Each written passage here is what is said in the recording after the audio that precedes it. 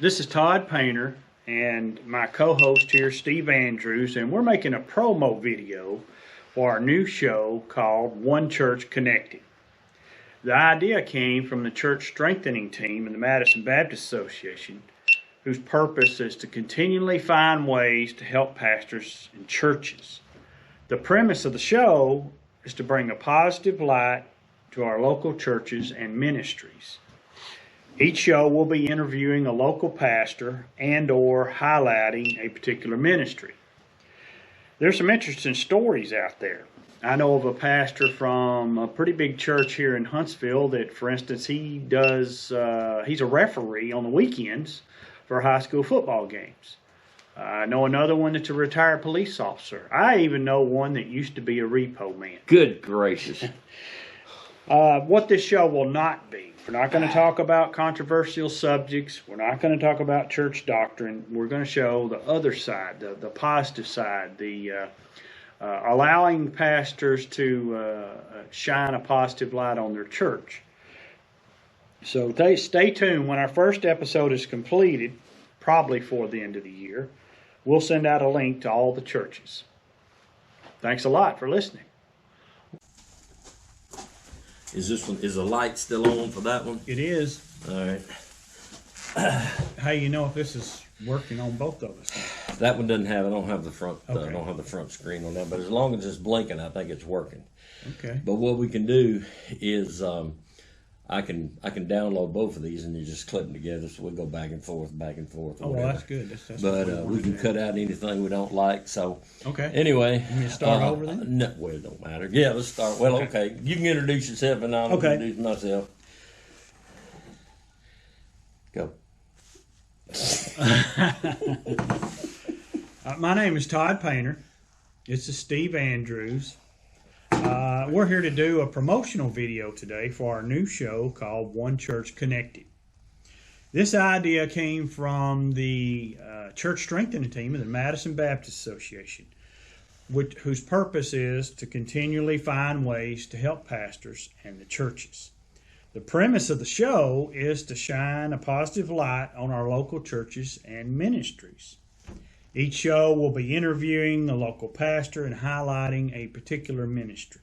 I'm sure Steve's going to have some interesting input. A lot of that probably we'll have to edit out, but I'm going to be the straight guy, I guess, and he's going to be whatever that other guy is. No. I'm Steve Andrews. I pastor over at the Meadow Drive Baptist Church. We're off University Drive across the Northwood Projects where it's good in the hood. And I am the neighborhood hope dealer. And I've been over there about 13 years, and the Lord's blessed. But I surrendered to preach out of Wall Highway Baptist Church back in 1976, I guess it was. Brother Charles Davis was a pastor out there. You know Brother Charles? Is he still around? I haven't talked to him lately. I think he is. I hadn't heard that he passed away or anything. Brother Charles, if you're out there, let us know. How many years ago was that? 76. But what are you two doing? We're recording a show.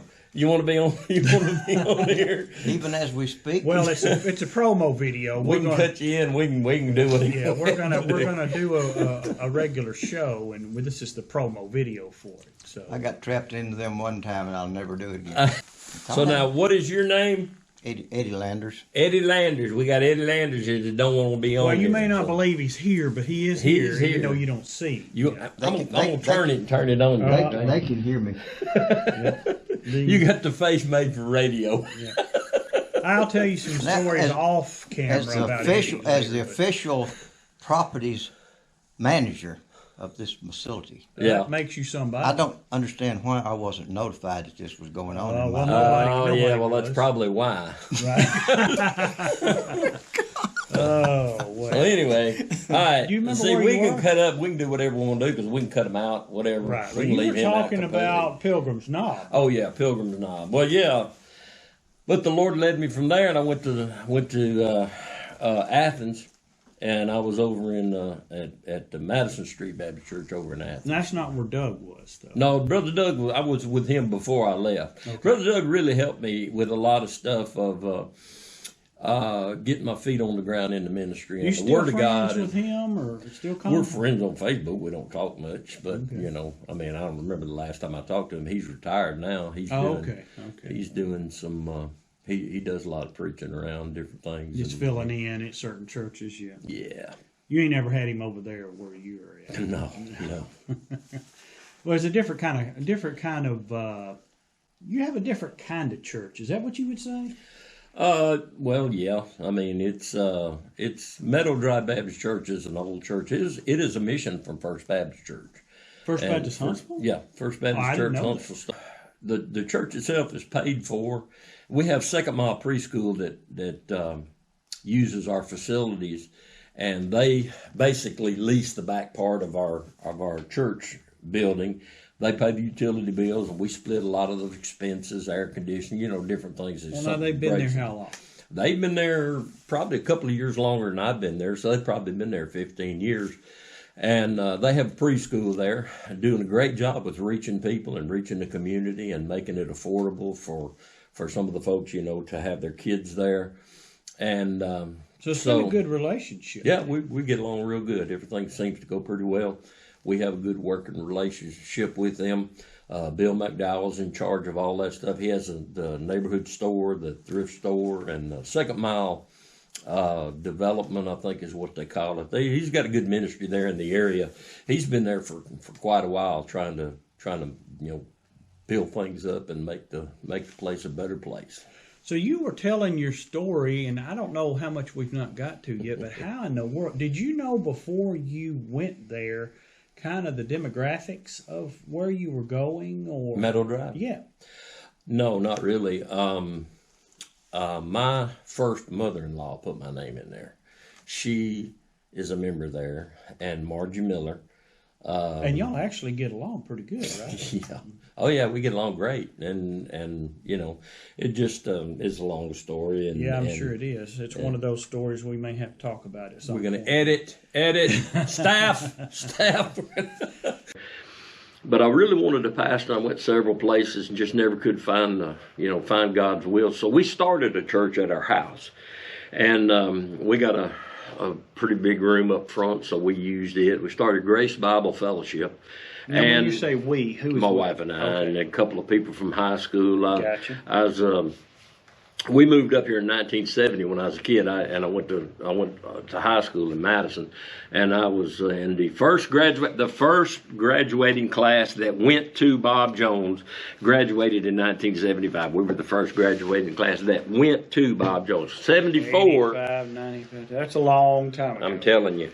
And the class of 74, they claim, going to Bob Jones, but they just got the diploma. We went there. But anyway, some of my friends from high school, Vicki Wallace and Robert Luter, some of the ones. Anyway, we started at the house. We were there about a year at the house when the preacher left from Meadow Drive, and he was an older gentleman, Wallace Green, and he got Alzheimer's, and he just left, and so we combined the church. We combined our church with theirs, and that's been like 13 years ago. How long was Green there before you? Do you remember? I don't know. He was there several years, but I was just wondering if you were where you're at in the tenure of how long pastors have been there. Yeah, I've been there for 13 years, and it's getting on up there. Was it Ron Bishop? I think a bishop. I think it was Ron Bishop. But anyway, I got the books there that I've looked at, but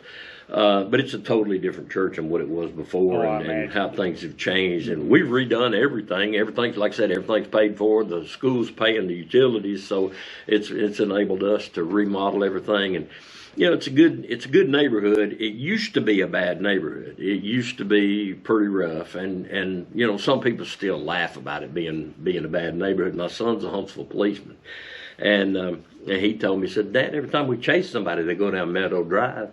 And I said, "Yeah, they're looking for refuge down at the church." I'm not sure that's something you advertise. I started preaching at Cook County Jail in Chicago back in the early 80s when I was in college. And was that because you were in jail? No, I was a missionary to the jail. Gotcha. I was not incarcerated with them. Just checking. But that's been my heart, just kind of dealing with people like that. We'd go visit the folks on Saturday that got saved, the week before, right, in the jail, and it's easy to find them. Yeah. Well, it's like the jail choir. There's always behind a few bars and can't seem to find the right key, but they did the best they could. Well, now you're doing something similar to that now, not exactly, but on the work release. Yeah, we did. Yeah, I go to speak to the parolees and Alabama Board of Pardons and Paroles every week over on I don't remember, Westport, something like that. It's off of Governor's. I had a guy come with his grandmother one time, and he got saved, and I was talking to him, and I was going to take him to lunch, and he said he couldn't go to lunch, and told me why. I said Miss Patrick wouldn't let him go, and long story short, Miss Patrick was over the thing at the time, and he told me about it, and so I went over there, and I've been going over there for several years now, and I had one old boy. We just hit it off. Terrence he's been in prison 3 or 4 times, and he's on parole, and he came, and he joined our church. He came, gave his testimony. I got it recorded, and I've played it when I had a cable broadcast. I put him on there, and he joined the church on Sunday, and he went back to the DRC, the Day Reporting Center, the next day on Monday. And they revoked his parole, and he's been back in Limestone for 3 or 4 years now. And I use him as an illustration of, you can, you sow your wild oats, and you can do all this negative stuff. And we talk about sowing and reaping. And he sowed the bad stuff, and he sowed the bad seed, and then he decided he's going to sow good seed. And so he's sowing the good seed, but he's still reaping that harvest from when he sowed the bad seed. Still a price to pay. But what you do is you just keep sowing good seed till you outlive the bad seed. And we're looking for him to get out. He calls me every now and again. It's funny, he'll call me on his birthday just to let me know it was his birthday, so I can put some money on his books. I was just about to say that, maybe because you send him something. I put money on his books quite a bit. And, like I said, he's a good fella. He just, he's had some rough times. Wayne Battle got saved there, and Wayne he'd come, and I'd tell him, Wayne, we could use you, man, if you just get your heart right, and if you can come, man, you'd be a great testimony. Wayne was at church one Sunday last year, and he brought his girlfriend, and him and his girlfriend had a falling out. And later that way, it was on Tuesday, because I was on my way down to the DRC. And I got passed by police cars. They were flying down there, going down there to McVeigh. And Wayne had got into it with his girlfriend and gone down there and kicked the door open. And somebody killed him and shot him. And we had the funeral at the church there. And that church was packed. And I gave an invitation. A lot of folks trusted Christ. And a lot of guys heard the gospel. A bunch of outlaws. I mean, we've had drive-by shooting at the church. And fortunately, it was in the middle of the night. Well, right. I went in one morning to turn the lights on, and I went in there, and one of the pane of glass had a bullet hole in it. And I looked back over, and the bullet's still in the wall there. Well, now this is the not recent though. This is not recent. Well, no. Okay, we're going to say 4 or 5 years ago. Okay. Well, see, because you've said the change. We've cleaned up the neighborhood. Okay, right. I mean, you're right. Wayne's since passed away, so I don't know if it's it or not, but. All right, do you actually want to make the promo video now? Yeah, we want to do that now. Okay. Well, this is all practice. So right, it is. It is. And I'm really interested to see how long this does last. Because how long the battery lasts on? Yeah, and how long it stay on there. Everything's going good right now. Everything's looking good. I see them both blinking. It's still doing. And but yeah, go ahead and tell us again now. Okay. Tell us now. You're out at the camp and you run the camp. And but you also have your hand in a lot of. You're kind of a busybody. Well, I don't know if I define it like that. That has such a negative term to go along with it. Do I wear a lot of hats? Yeah, I wear a lot of hats, but I mean, most of people in ministry wear a lot of hats. Yeah. I am the camp director at Camp Macoba, but I'm also involved with the Madison Baptist Association is church strengthener, which is where this idea came to begin with to make actually I'm calling it a show.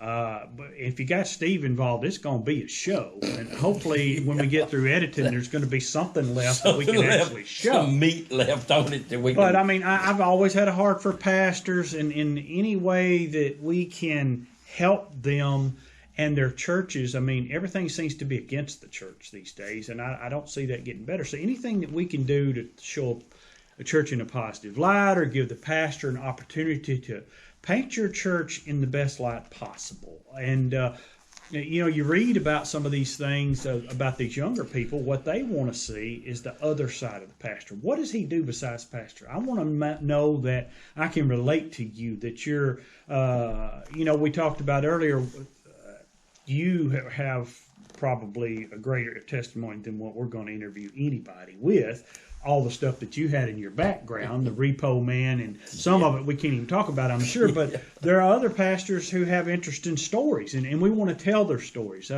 How did you come into the ministry? How did God lead you there? What do you do on the side when you're not pastoring?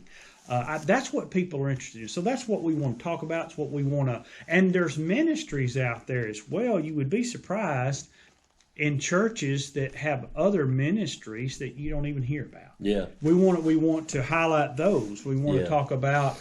Let's talk about. For instance, I'll give you an example. We had a ministry fair yesterday or Tuesday, and Celebrate Recovery was there. Well, everybody's heard about Celebrate Recovery, but when you think of Celebrate Recovery, you think about alcohol and drugs, but there is a long list of things that Celebrate Recovery helps you with. And let's say there's a church out in New Hope or something, and they've got somebody that they're trying to minister to that has some of these problems. Well, instead of trying to reinvent the wheel, there's a church over here to Central that does the full-blown Celebrate Recovery. Mm-hmm. Well, just send them there. Yeah. So there are a lot of things that individual churches do well. Instead of one church trying to do everything, let's just send our people to a church that's doing something well already. Grief share. We've got churches that's got grief share. Yeah. I'm not qualified to take somebody through grief share, but there are people who can. So I think some of those things we'll talk about. I think people want to hear the stories, I think, of pastors. So now I don't agree. You may say, well, pastor's just like me. Not exactly. I think God calls a pastor, and if you've not been called, I don't think you'll do it for long. Yeah. I mean, pastors burn out all the time, and if you're not called, this is not for the faint-hearted. Yeah. If you're going to do it right, you're right. Absolutely. Because that's that verse that says the gifts and callings of God are without repentance. Well, the gift of God is salvation. It's without repentance. He's not going to change his mind, but the calling is that as well. And that was one thing I couldn't get away from. You tried. I tried, but yeah, and I couldn't do it. I mean, God called me to preach, and I gave my life to him. And then when I took my life off the altar and tried to do it myself, it all fell apart. Well, you're miserable. Well, pretty much. When I was sober, I was miserable. But most pastors I have found, or not, maybe not most, but cut that out.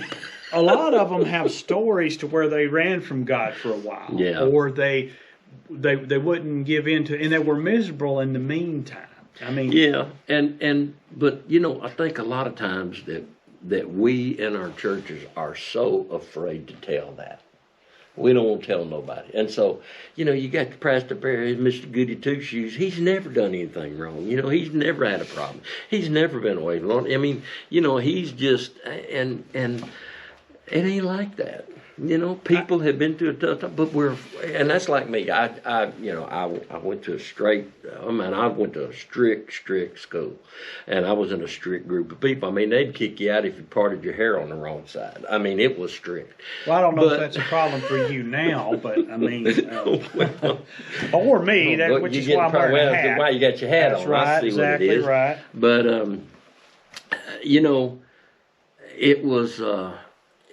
God called you. You've been through what you've been through. Use it for somebody else. You've been through it. And You know, it's if you could go back and do it different, you would. You know, if you could go back, somebody said, well, if you could go back, would you do this? Or, you know, if you could go back 10 years, would you do that? Or if you could go back 15. Look, if I get to go back, I want to go back to right after I was born. You know, let's go back to the first grade. Well, the thing is, if you could go back knowing what you know now, Yeah. that's the whole thing. Yeah. I mean, of course, we would all do things different then if I Right. knew what I knew now. But you are who you are because of what you've been through. And you know what Corinthians says is we get our comfort from God, and then we comfort them which need comfort. Right. And so the comfort, we know how to get our comfort. We know how to get right. If we've been through the valley and we've been through the tough times, if we've been through the alcohol or the drugs or the pornography or whatever it is, if you've been through that and you got the victory, then you know, you need to pass that on to somebody else. I agree. Well, I think we need it more now than ever. The problems in the society's changed since I grew up, since you grew up. I mean, there's a lot of things that people are dealing with now that I never dealt with when I was growing up. I actually had a mom and dad in the home, a mom that didn't work, and my dad was there. Now I know a lot of people don't have that now, but it was so beneficial to me. Right. And so I'm not, a lot of the things that people are dealing with now, I didn't deal with those. Yeah. So I think people needs that more than ever is, I've got questions, where are the answers? And the answers, pastors have that answer.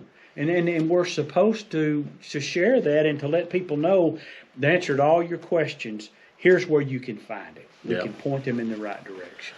And it's, you know, it's simple if you just come to the Bible and believe it and apply the principles in your life can change. It will change. You know, I talk about the Bible. It's not a magical book, but it's a supernatural book. It's a living book, and if you'll spend time in it, it'll change your life. Yeah. So that's where you met Doug then.